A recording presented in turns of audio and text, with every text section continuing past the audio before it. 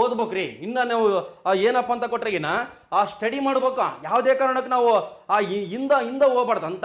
ಅಂತಂದ್ರೆಗಿನ ನನ್ನ ಕೈಲಿ ಆಗವಲ್ತು, ನನಗೆ ಅದು ಬರೋದಿಲ್ಲ ಇದು ಬರೋದಿಲ್ಲ, ಇವತ್ತಿಲ್ಲ ನಾಳೆ ಬಂದೇ ಬರ್ತದೆ. ಕರೆಕ್ಟಾಗಿ ಓದ್ಬೇಕು ಅಷ್ಟೇ. ನಾವು ಇನ್ನೊಬ್ಬರು ಏನಂತಾರೆ ಇಂಪಾರ್ಟೆಂಟ್ ಅಲ್ಲ, ನಾವು ಸುಧಾರಣೆ ಆಗೋದು ಇಂಪಾರ್ಟೆಂಟ್ ಐತೆ.